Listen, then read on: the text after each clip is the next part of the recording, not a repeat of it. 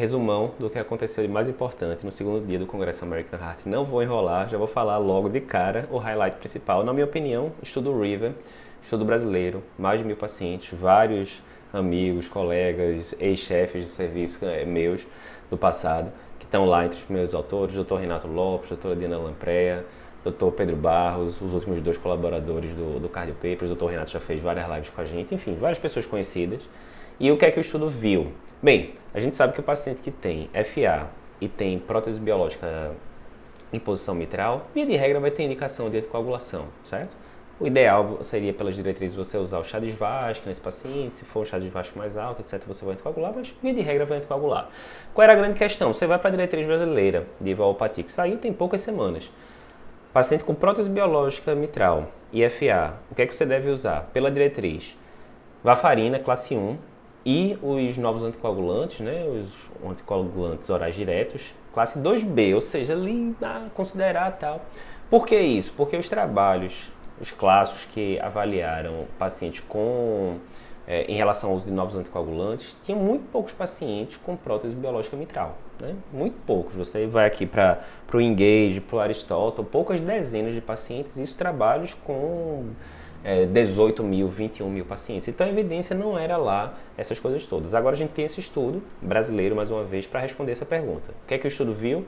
1.000 e poucos pacientes, todos com prótese biológica mitral, todos com FA, a maioria com FA permanente já, né, com a duração maior, e randomizava para o paciente usava farina, NR entre 2 e 3 normal, ou receber rivaroxabana 20mg, a dose usual, se o curso de creatinina fosse mais baixo, entre 30 e 49, usar 15mg por dia.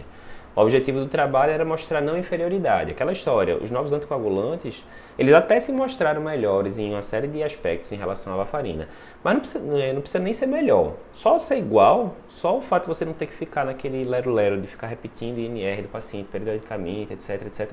Isso já é uma grande vantagem.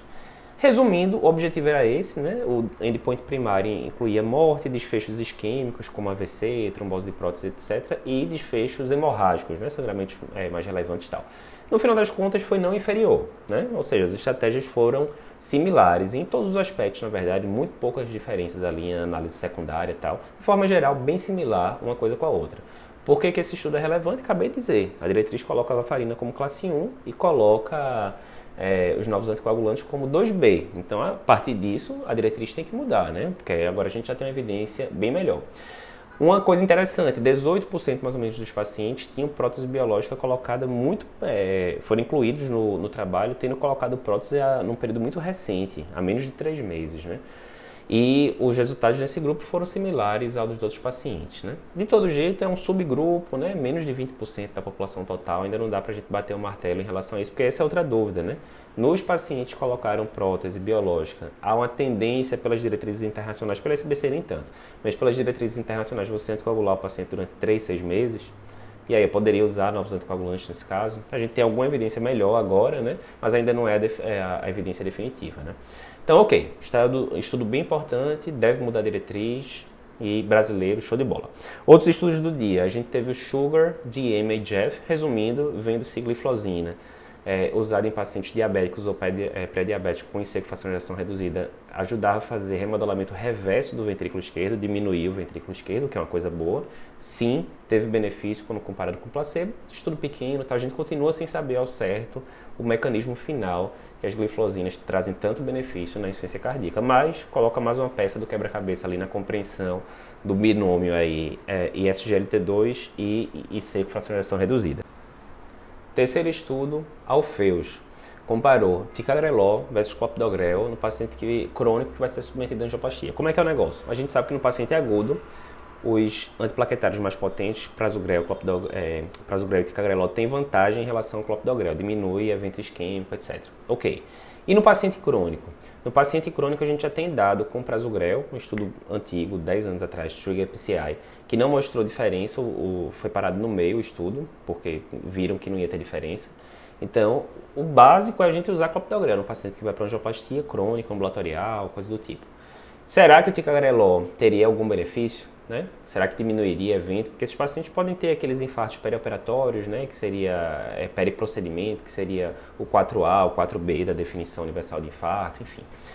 Ok, Então, o que eles pegaram? Pegaram pacientes crônicos, né? Não era paciente que estava em síndrome coronariana aguda, randomizava para usar clopidogrel ou ticagrelor, ia para angioplastia. Eram pacientes, de forma geral, mais complicados, diabéticos, lesão de tronco, lesão de bifurcação, multiarteriais, multistentes, enfim.